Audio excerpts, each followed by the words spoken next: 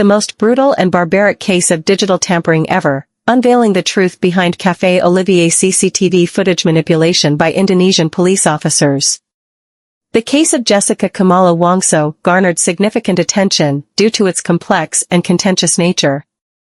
It began with the mysterious death of Murti, who collapsed and died shortly after consuming a coffee at a cafe in Jakarta, Indonesia, in January 2016. Jessica Wongso, a close friend of Murti, was accused of poisoning her with cyanide-laced coffee, leading to her arrest and subsequent trial. The trial unfolded with intense scrutiny from the media and the public, as well as heated debates surrounding the evidence presented. The prosecution argued that Jessica had a motive to harm Murti due to personal conflicts, while the defense contended that there was insufficient evidence to prove Jessica's guilt beyond a reasonable doubt. The case delved into various aspects, including forensic analysis of CCTV footage, witness testimonies, and expert opinions, further complicating the legal proceedings. After a lengthy trial spanning several months, Jessica Wongso was ultimately convicted of premeditated murder and sentenced to 20 years in prison in October 2016. The case sparked widespread discussions about the reliability of forensic evidence, the integrity of legal proceedings, and the role of the media in shaping public perception.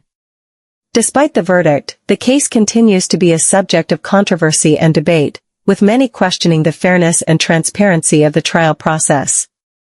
The manipulation of Café Olivier's CCTV footage through downscaling played a pivotal role in the legal proceedings of Jessica Wongso's case.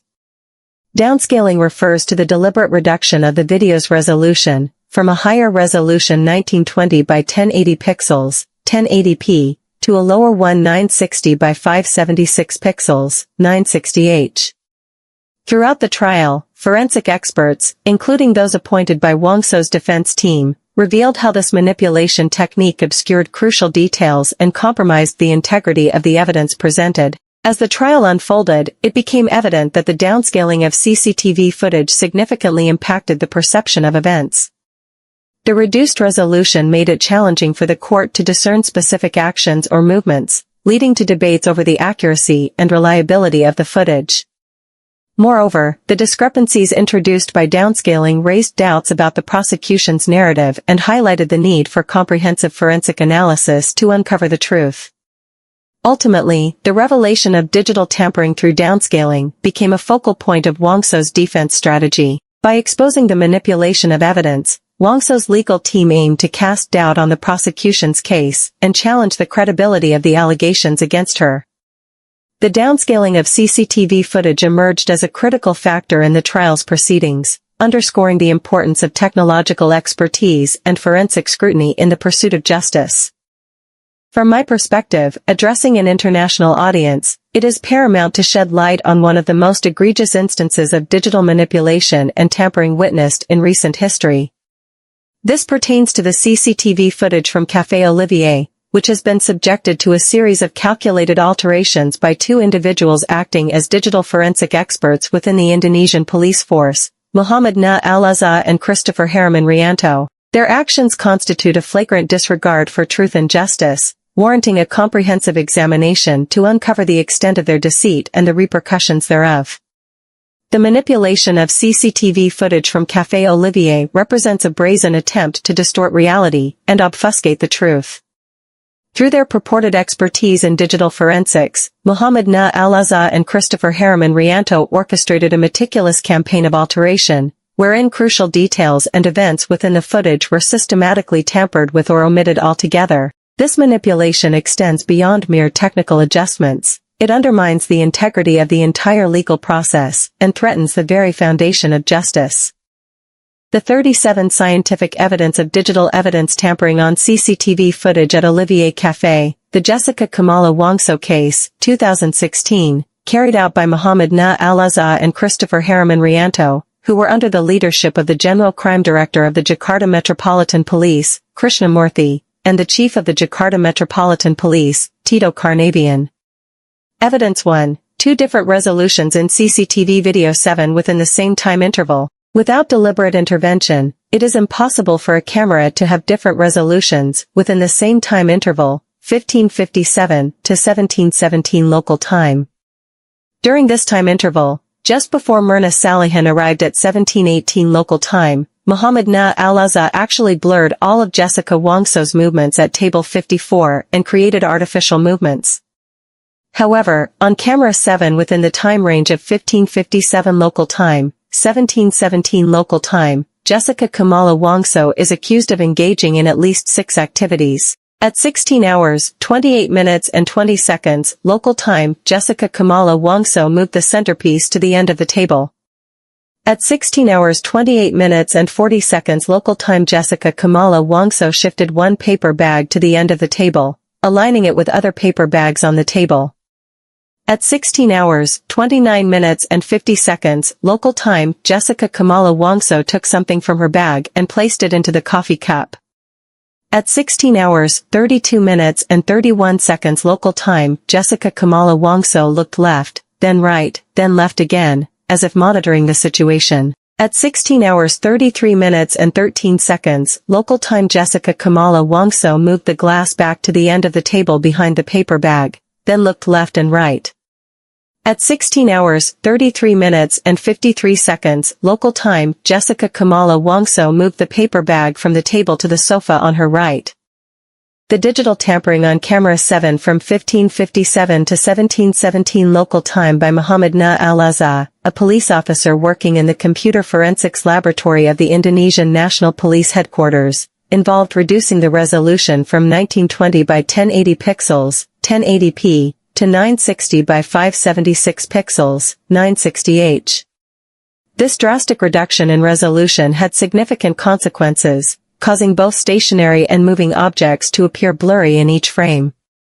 Additionally, the manipulation resulted in a reduction in the number of pixels per frame from approximately 2 million to only about 550,000 pixels per frame. This deliberate alteration severely compromises the integrity of the video footage, as it diminishes the clarity and detail of the visual information captured by the camera.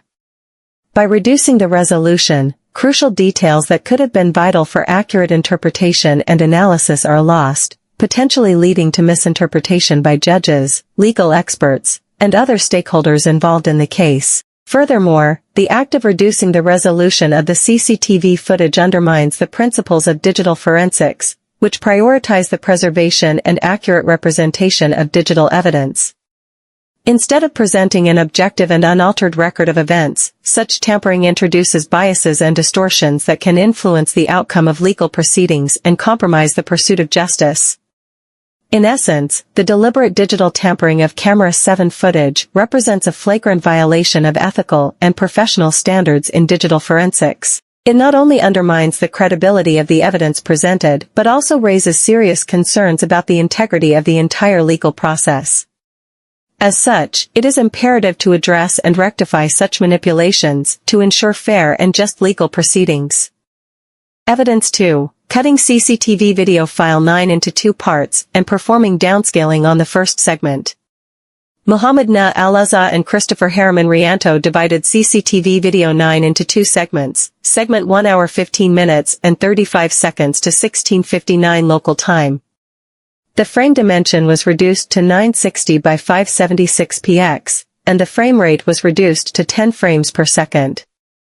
In this segment, it was necessary to observe the color of coffee served by Agus Triono at table 54 at 16 hours 24 minutes and 18 seconds local time, yet Mohammed Na Al-Azhar blurred it instead. Segment 2 hours 16 minutes and 59 seconds to 18:25 local time. Frame dimension remained full high definition, FHD, 1920 by 1080 px, and the frame rate remained at 25 frames per second. However, it was here where the color of the remaining coffee that Murna Salihin drank, taken by Sari at 17 hours 21 minutes and 20 seconds local time, was observed.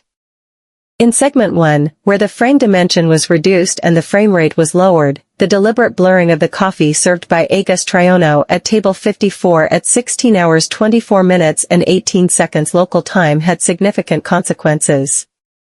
This manipulation obscured crucial details that could have been pertinent to the investigation. Deliberately altering the footage in this manner raised suspicions of tampering or concealment of evidence. Moving to segment 2, where the frame dimension remained high definition and the frame rate was maintained at 25 frames per second, the deliberate manipulation of the coffee color consumed by Murti Salihin became apparent. By maintaining the integrity of this segment while altering the previous one, the forensic experts created a stark contrast that potentially misled the judges. The non-equivalent comparison of coffee colors between the two segments, one downscaled and the other original, led to erroneous conclusions. This manipulation introduced inaccuracies in the analysis, distorting the true representation of events. The discrepancy in coffee colors identified by the forensic experts became a crucial point of contention, casting doubt on the validity of the entire forensic process. The deliberate manipulation of the coffee color in the video footage posed significant challenges for toxicological analysis. Toxicologists, Nursimran Subandi and Ahmad Agus Gel heavily relied on visual evidence to assess the presence of toxins, such as cyanide, in substances like coffee. However, when the color of the coffee was tampered with, toxicologists drawn inaccurate conclusions.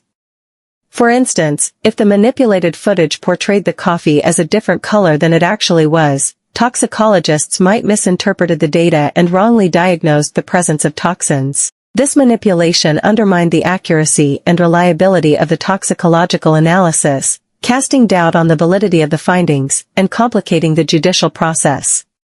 Furthermore, the repercussions of manipulated evidence extend beyond the forensic analysis. Inaccurate toxicological findings resulting from tampered evidence could have had far-reaching legal ramifications, impacting the lives of individuals involved in the case. Wrongful accusations or convictions based on flawed analysis not only resulted in unjust outcomes for those implicated, but also eroded public trust in the justice system. Australian resident Jessica Wongso has been charged with the murder of Murti Salihin. Police allege she poisoned her friend by adding cyanide to her coffee.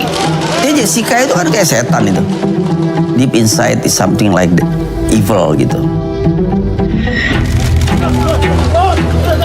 Yang dibilang the trial of the century itu betul. Evidence 3. Analyzing the position of the stir while reducing the frame dimensions from 1920 by 1080 pixels to 960 by 576 pixels. Christopher Hariman Rianto deliberately split CCTV 7 footage into two segments just before Murti Salihin arrived at Olivier Café at 17:18 local time, segment 1 hour 15 minutes and 57 seconds to 17:17 local time. Frame dimensions remained full high definition, FHD, 1920x 1080px, and frame rate remained at 25 frames per second. Segment 2 hours 17 minutes and 17 seconds to 18:39 local time. Dimensions of the frame were reduced to 960x 576px, and frame rate was reduced to 10 frames per second. It is in this segment that the position of the stir needed to be analyzed, yet it was blurred by Christopher Hariman Rianto. Saya melakukan zooming. Di sini adalah analisa sampai dengan waktu korban meminum kopi. Di sini juga saya bisa menyimpulkan bahwa kopi yang tadi dipindahkan atau yang seperti terlihat gelas kopi adalah kopi, karena di sini bisa terlihat korban mengambil gelas dan menggeser ke arah korban, kemudian mulai mengaduk. Saya bisa melihat runutan waktunya, mengambil kopi 17.18.30, 17.18.31 mulai mengaduk kopi dengan sedotan yang sudah ada di dalam gelas, karena tidak terlihat pergerakan mengambil sedotan. Analysis of the impact of downsizing frame dimensions.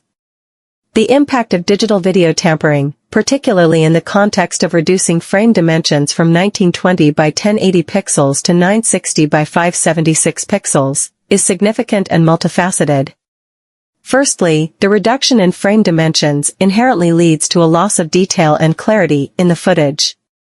Objects, movements, and actions captured in the original high-definition video may become blurred or indistinct in the downscaled version, making it difficult to accurately interpret or analyze the content. In this case, where Christopher Hariman Rianto deliberately blurred the position of the stir, pipette, in segment 2 of the CCTV 7 footage, the consequences are twofold.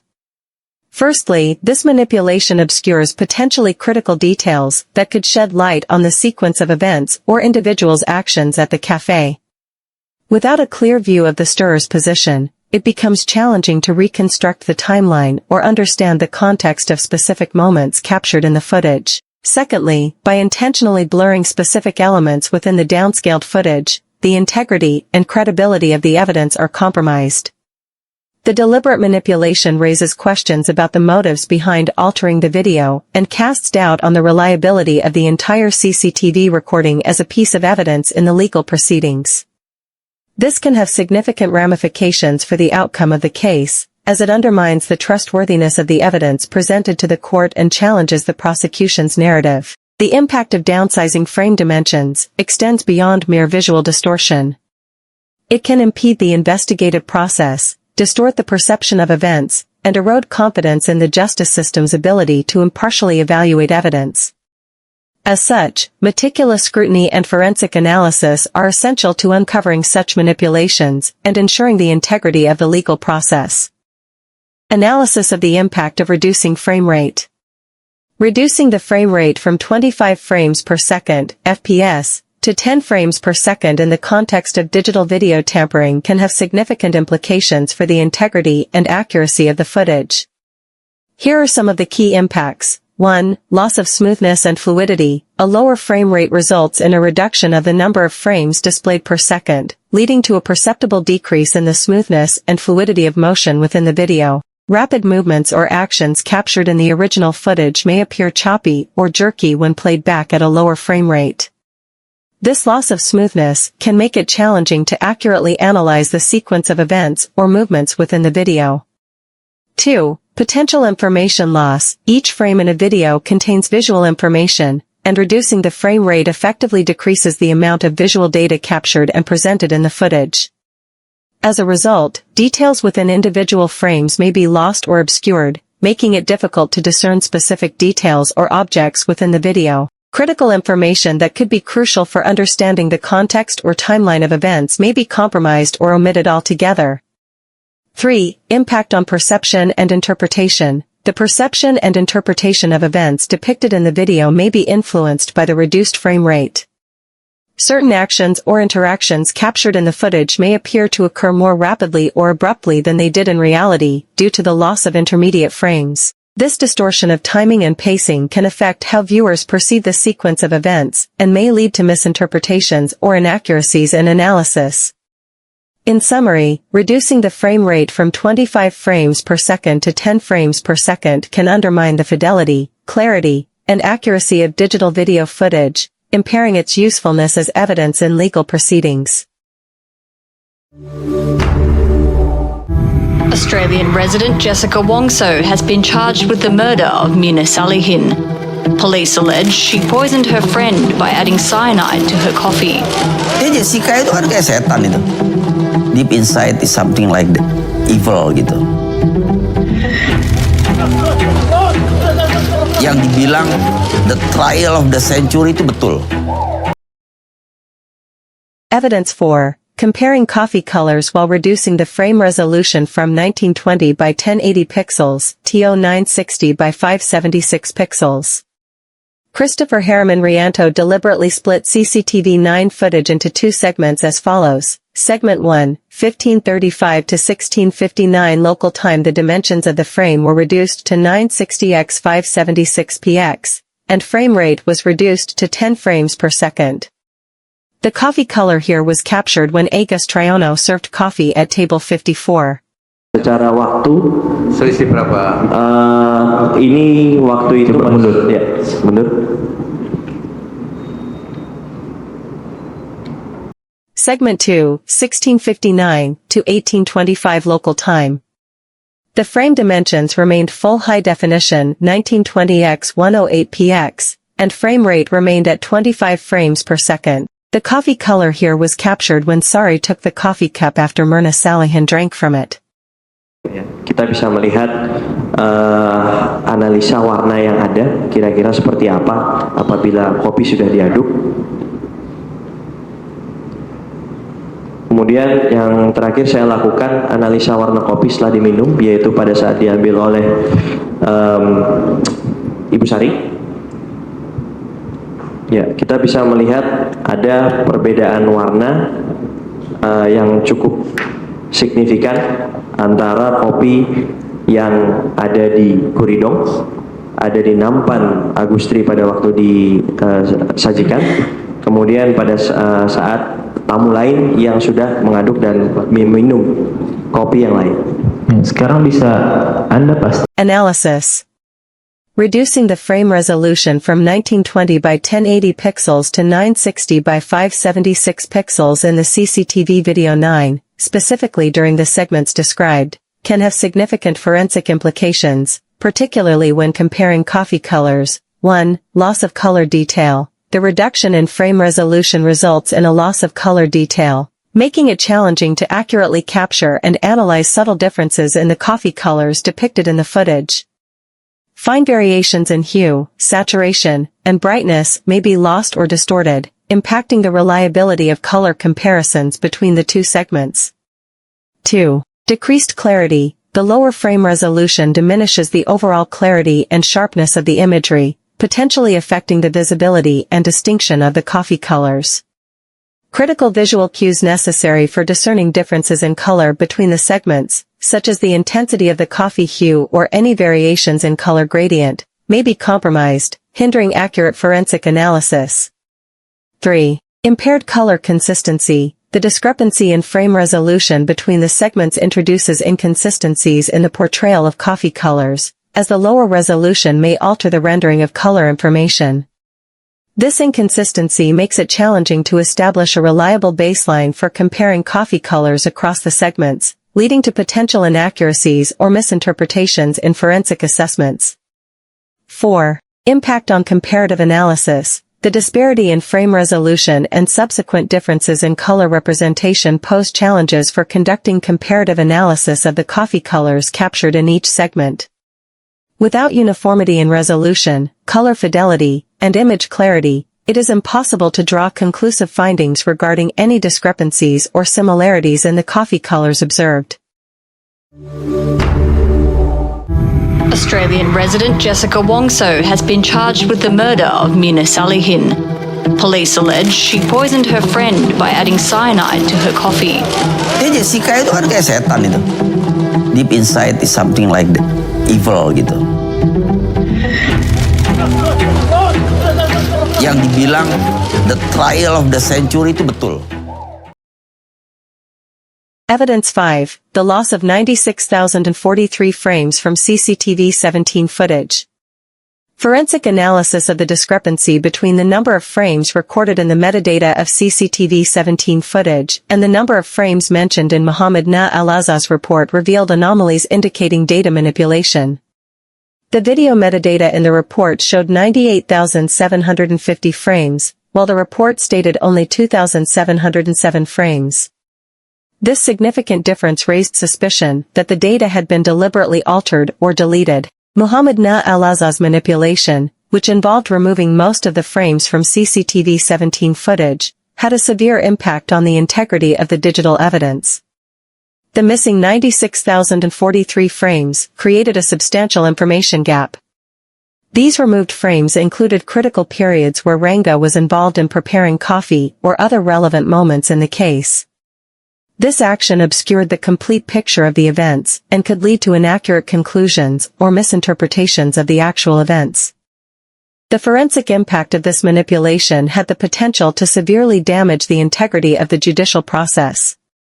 By manipulating video data, Muhammad Al-Azhar had degraded the quality of evidence that could have been used to understand the actual events. This obscured crucial facts that could have helped determine the truth in this case. In other words, this action threatened a fair and transparent judicial process. The motive behind Muhammad Al-Azhar's actions to remove most of the frames from CCTV video 17 varied, but the conclusion was that this action aimed to hide information that could have been detrimental to the presented case. Such motives reflected a lack of integrity and professionalism in handling digital evidence. Overall, forensic analysis showed that the manipulation of data regarding the number of frames in CCTV video 17 was serious and undermined the integrity of digital evidence in this case. This action raised doubts about the reliability of the presented evidence and highlighted the need for strict standards in handling digital evidence in judicial processes. Such manipulation had to be taken seriously, and measures had to be taken to ensure true justice could be achieved within the legal system.